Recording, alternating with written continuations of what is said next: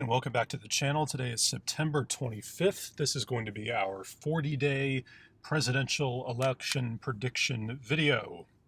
We are in the home stretch. There is not that long to go, about 5.5 weeks now.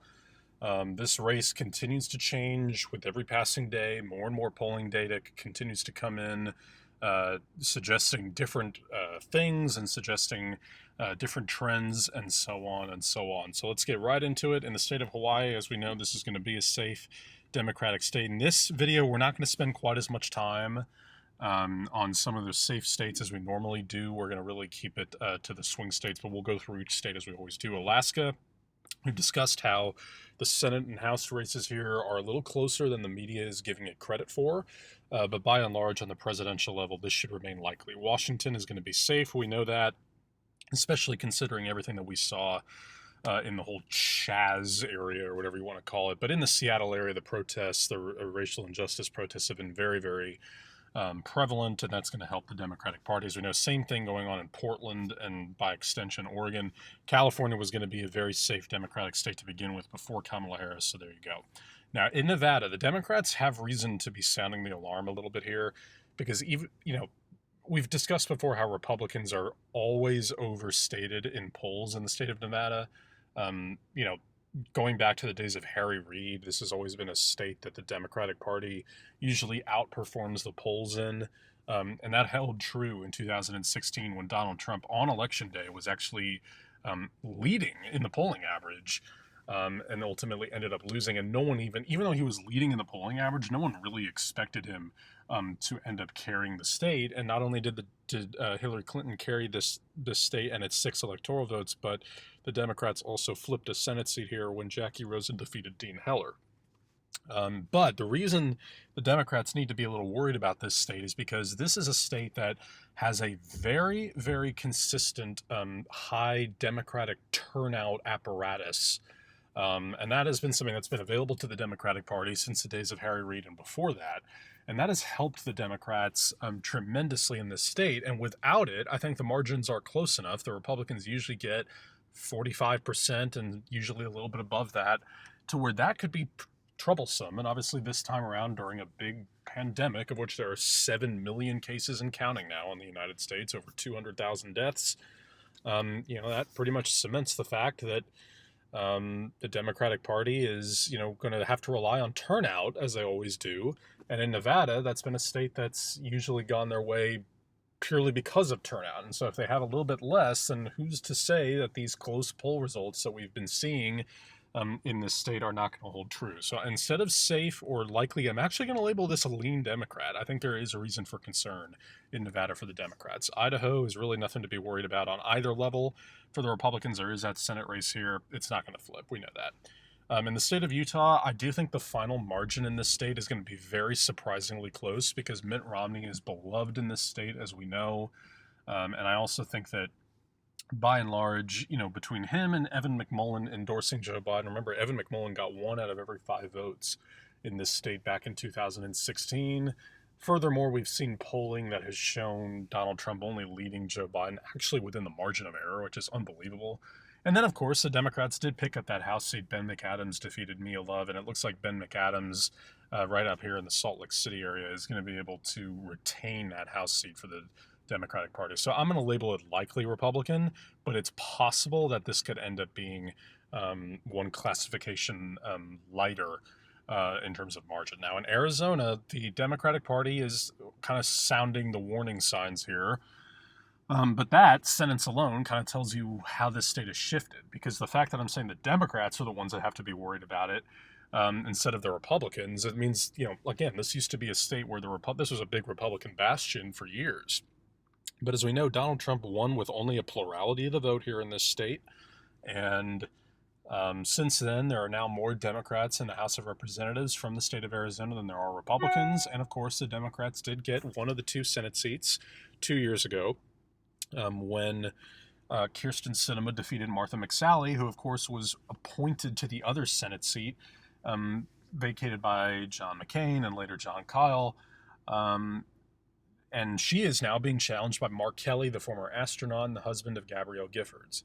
So that, spells doom, I think, for Martha McSally. I don't think she has any chance of defeating Mark Kelly. I do think, however, Donald Trump does have a real chance of potentially actually winning this state, though, because, the polls have continued to narrow. We have seen over the last 6 weeks the polling over the course of this entire election field narrow little by little, and Arizona has been one of those states. So, I still think this is going to be tilt Democrat, but this notion that both Mark Kelly and Joe Biden are going to cruise to victories here is a total misnomer. I do think, I know I just said Mark Kelly is likely to win, and I certainly think that, but I do think it's going to be a lot closer than people expect. Now, in the state of Montana, the Democrats have been seeing some better signs in this state on all the various House, Senate, and gubernatorial races, but that doesn't mean on the presidential level it's really going to matter. This is still going to remain a safe state for Donald Trump, as would Wyoming. Now, in Colorado, obviously, there's that big Senate race here between John Hickenlooper and Cory Gardner, but again, some of the evaluators still list this state as a swing state along with New Mexico. I don't really consider either of these states to be swingy. So I'm going to label this safe Democrat. I mean, again, it's possible that Cory Gardner and Donald Trump will probably, in fact, I'd say it's likely that they end up making this a likely margin. But again, just there are sort of two types of classifications. There's one to determine how likely, literally, it is that a state will go one way or the other, and also, what the actual margin would be. This is a safe classification based on whether or not I actually think it'll go red or blue. Whereas I know I said likely in Utah just because I think it's more important to point out what the final margin might be. In the state of New Mexico, it's kind of the same thing. Okay, I mean there's that open Senate race there, but the Democrats are in no position to feel any kind of urgency even really there. Ben Ray Lujan, the representative, is going to be just fine there. In the state of North Dakota, obviously the Democrats used to have a big presence here. They just don't anymore. Heidi Heitkamp is gone. She was easily defeated by Kevin Cramer. And, it's just the Dakotas are no longer, two states that the Democrats could really remain competitive in. And neither is Nebraska. This state has become a huge Republican stronghold along with this whole region of the country. Now in Kansas, obviously that Senate race is, really worth watching between Barbara Bollier and Roger Marshall, the representative. Now the Republicans rather dodged a bullet when Roger Marshall was able to beat Chris Kobach in the GOP Senate primary for this race. A lot of people, including myself, I'll admit, expected Kobach to win. Not only did he lose, he lost by a pretty big margin. So that, to me, kind of signals that, the dynamics of this state are, by and large, rejecting a certain tinge of Trumpism, if you will, because Chris Kobach, as we know, it's not a political statement, it's just true. He is very closely aligned with Donald Trump. The two have praised each other, eloquently, let's put it, over Twitter and so on and so on. So it's pretty evident that that's where this state might be headed in general, but on the presidential level, we don't see any evidence of that. And obviously in Oklahoma, it was one of two states, the other being West Virginia, where every single county went for Donald Trump in 2016. Now in Texas, this is the one that the Republican Party is really, really scared of because polling in this state is just terrifying for them. Joe Biden has a chance to win this state. He really does. The most recent poll had Donald Trump ahead by 1 point here. We know that turnout is going to be sky high in this state. And people sort of lost sight of, I think, over the years of, some of the numbers that we saw in the state of Texas. John Kerry, as far back as him, along with Obama, obviously, both times, and Hillary Clinton, they perform pretty well in this state, considering, it's been decried sort of the Republican Party's California, and it's obviously their biggest batch of electoral votes, 38 electoral votes. It has just not been the case. I mean, it's obviously always gone to them and never by too squeaky a margin, but this time around especially, Joe Biden might damn well win the Lone Star State. Now, there's a Senate race also going on here between John Cornyn and MJ Hager. MJ Hager is not going to win that race, but she's going to get to 45%. Okay, I'm pretty confident in that reality, and I'll eat those words if she doesn't. But you can bet on the fact that she is going to reach that 45% mark, and she is not a very well-known figure in the state of Texas. She raised a bunch of money in a congressional race 2 years ago, and I've mentioned it before on the channel. She released a pretty viral campaign ad called Doors. She's a former veteran. We know her whole story. But she's not going to defeat John Cornyn. The reason Donald Trump is in so much trouble here It's because the very same polls that have John Cornyn by 7, by 8, by 6, have him by 1 or down 2 or in a tie or up by 2, all within the margin of error. And we've seen Joe Biden lead in the state of Texas in several polls. And so there's like a first tier of quote unquote swing states, right? Florida, Pennsylvania, Michigan, Wisconsin, and Arizona. Then I think the next tier in terms of like, how close certain states are and what they may actually entail are Texas, Iowa, and Ohio. Now you can throw New Hampshire in there, although I don't really think, we'll get to it later obviously, but I don't really think Joe Biden has anything to worry about there. And then you can throw Georgia in that mix as well. So right now I'm still going to label it tilt Republican just because I think these states have an identity at the end of the day. I think Joe Biden will reach 47, 48%, potentially higher if turnout is just that high. Okay, it was for Beto O'Rourke a couple years ago, got 48.3% of the vote against Ted Cruz. Ted Cruz, who is already deeply unpopular, his approval rating is horrific down here in this state. And I think his sort of outspoken nature about the new, effort to replace Ruth Bader Ginsburg on the Supreme Court is further alienating voters, some who even stuck with him. So keep an eye on this because Joe Biden really will win this state. Now, in Minnesota, we talked about how this has been kind of squandered by the Trump campaign. Remember, he only lost this state by 1.5 points 4 years ago. And he now, there were 3 statewide races in 2018 in those midterms, and the Democrats swept all of them. Amy Klobuchar, Tina Smith, and Tim Walz, the governor, all won those elections. Amy Klobuchar was never going to lose. She won in a lot of thoroughly conservative counties, as we know. And Tina Smith was able to successfully replace the departed Al Franken. Okay, so that's worth mentioning as well. And there were some people who were a little bit worried about the potential for that seat, that special election being flipped. But that's obviously, Tina Smith was able to win and win rather easily. She continues to lead in the polls convincingly. And then, of course, everything we saw, in Minneapolis itself after the George Floyd murder. I mean, that kind of cements it for the Democratic Party. That kind of event is going to help the Democratic Party, as we know. Now, in the state of Iowa, there are some evaluators who have predicted this could go the Democratic Party's way. I don't think so. I think it's just too big a margin to make up. It'll narrow, okay, just like the gubernatorial race did when Kim Reynolds, the Republican, won with a much smaller percentage of the vote than Donald Trump was able to defeat Hillary Clinton by. But, it's just the kind of a thing where I don't think the Democrats are going to be, I don't think anybody really could flip enough votes and make such a big difference from one election cycle to the next, even though this Senate race here between Teresa Greenfield and Joni Ernst continues to make a lot of noise. And I do think that Teresa Greenfield, if the election were tonight, would win. But I'm going to label it tilt Republican. Missouri was a state that Barack Obama came within 4,000 votes of winning, as we know, but it's just shifted too far to the right since then. That's going to be safe, as will Arkansas, as will Louisiana. Now in Mississippi, there's obviously going to be very high turnout. Mike Espy's giving it another shot in that Senate race. I don't think he's going to really push this one over the top, though. Alabama, kind of the exact same state as Mississippi in most respects. Obviously there is Doug Jones right now, at least in Alabama, but he is toast, as we all know. Now, in the state of Florida, this is one that this is kind of ground zero for this election and for all elections. Right now, throughout the campaign season, I have characterized this state for Joe Biden. The state has narrowed, as we know, considerably. The polling has narrowed considerably, as we know. It is very, very possible that Donald Trump could just win this state right away on election night. Remember, he did lead in the final polling average by 1 point in this state in 2016, another thing that people kind of lost sight of. So at the end of the day, this has been a state that has been with the Democrats throughout the campaign season. But again, we've seen this a lot. Democrats potentially being a little bit overstated in this state, just as Republicans are a little bit in Nevada. Okay, Andrew Gillum, he was leading in the polls, lost.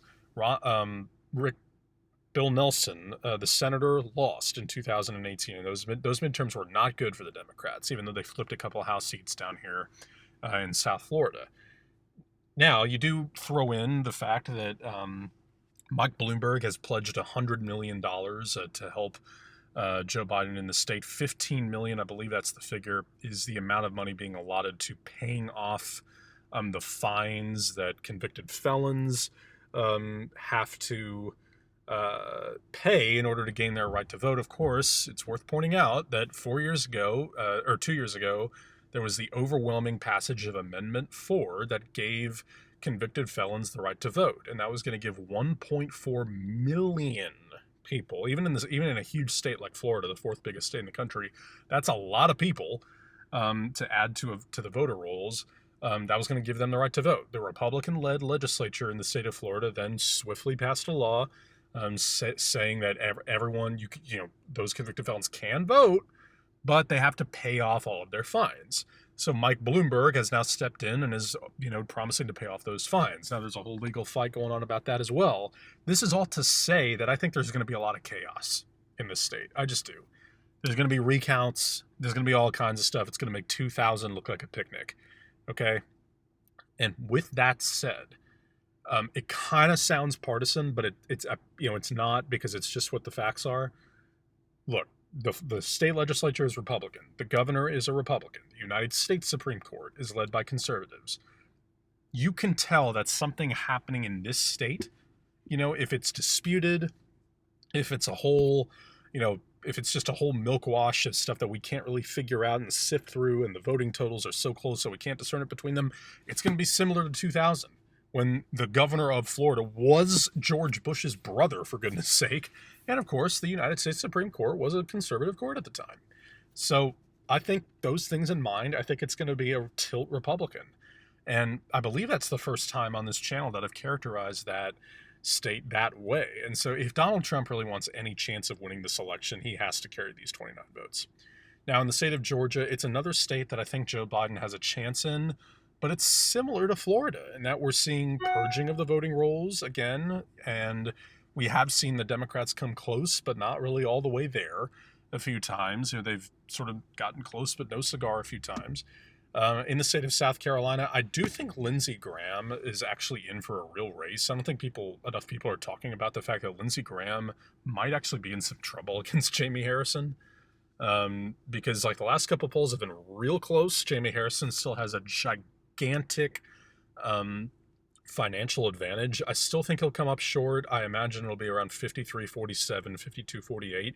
But keep an eye on it, because there is still 5.5 weeks left for Jamie Harrison to just go on an advertising blitz against Lindsey Graham. Tennessee is going to be a safe Republican state long since the days of Al Gore and Phil Bredesen. This is going to be a safe Republican state. Now, North Carolina is another state I think is going to go tilt Republican. The other races happening in the state are favoring the Democrats. Cal Cunningham is beating Tom Tillis right now. Okay, he is, and Tom Tillis is not doing himself any favors. He's been outspoken he's been outspoken about replacing Ruth Bader Ginsburg very quickly, despite the fact 4 years ago he said the exact opposite. And he has recently promoted a QAnon conspiracy theory. Now, listen, it's not my job, to point out. It's not my job to, disseminate information that is going to lead people to vote one way or another, but it is my job to disseminate information that will make people very, very aware of who it is that they are voting for. And it's QAnon is BS. And it's it's fake. It's not in the real world.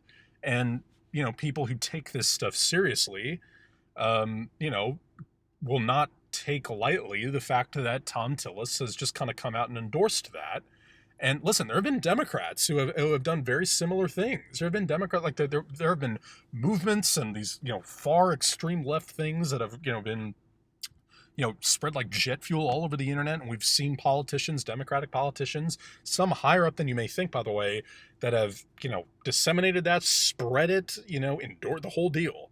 So, but we have seen that usually backfires a little bit. So I think Tom Tillis may be in for a rough night on election night, just as I think Roy Cooper, the Democratic governor, will be just fine on election night. But the polling that seems to have the Democrats ahead in the other statewide races is not translating to the presidential race, at least not nearly as much.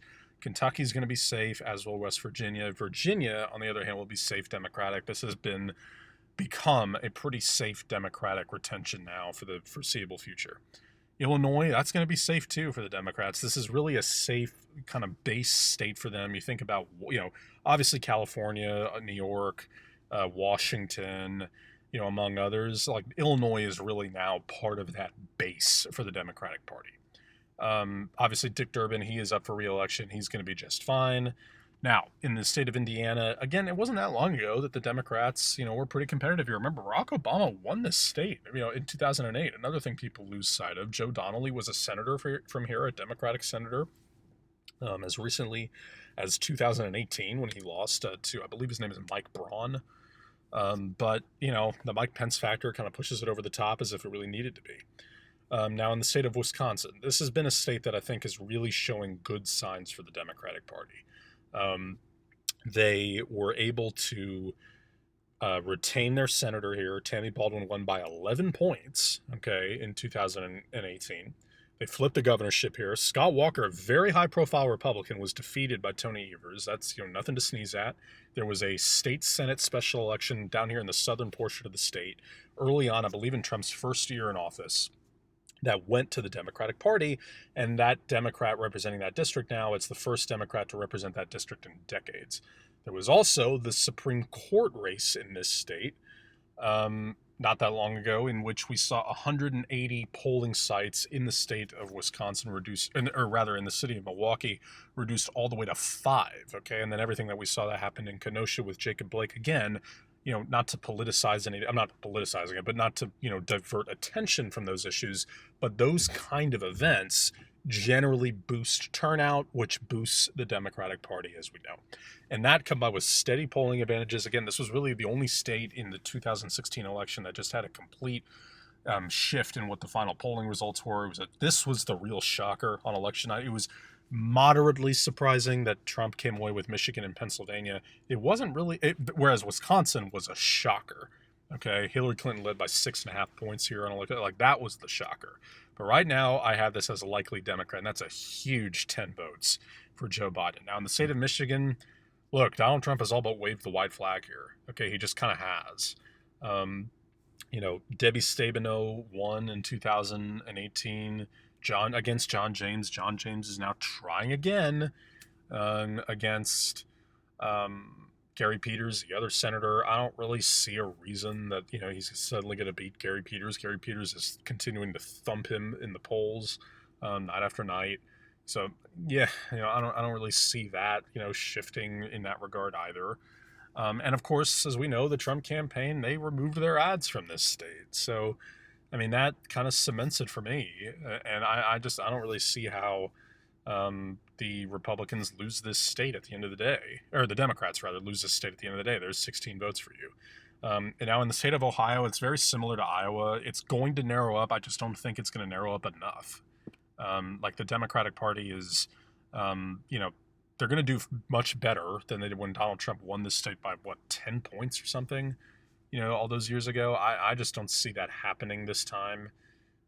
It's going to be much closer. Sherrod Brown did win re-election here in 2018. Of course, the Republicans retained the governorship here with Mike DeWine, who, of course, was booed the other day at a Trump rally for encouraging people to wear masks. Even though he himself tested positive for coronavirus. We've now had at least 3 governors now, I believe, between him, Ralph Northam, and Mike Parson. But again, I just can't. You will notice, though, on this map, there are a lot of tilts here between Texas, Georgia, Florida, North Carolina, Ohio, and Iowa, along with Arizona for the Democrats. Now, Washington, D.C., that's obviously the most liberal area in the country. That's going to go blue. Maryland, right there with it, also easily going to go blue. Delaware, the state that Joe Biden represented in the Senate for years and years, is also going to go blue. And now, because we're going west to east, in the state of Pennsylvania, you can tell Joe Biden kind of has to grab this one. But the good news for him is I think he will. This is scrappy Scranton Joe country, as we know. This is where he was born. The Democrats had another strong showing here in the midterms when when the Democrats were able to keep their Senate seat here, along with the governorship. The name is escaping me right now. Bob Casey, the senator, won re-election along with Tom Wolf, the governor. Both of them won their re-elections and won them pretty easily at the same time. There are also some House races kind of in the middle of the state that were very safe Republican districts. that the Republicans in those districts still won in 2018, but by smaller margins. So that's, I guess, worth mentioning. But furthermore, again, just polling. Okay, it's just polling that continues to show the Democratic Party and Joe Biden specifically having his way with Donald Trump in this state. New Jersey, as we know, is going to be a safe Democratic retention, as will New York. There's no reason to believe that Donald Trump has any reason to. He has no real reason to think that he has any chance to win the state, even though for a long time he listed this as his he listed this as his home state. Now, in the state of Connecticut, also going to be safe, as will Rhode Island. Massachusetts, we finally know who the Senate candidate is there for the Democrats, but that is irrelevant in this video. And there it is, 270 for Joe Biden. Now, in the state of Vermont, another safe 3 votes.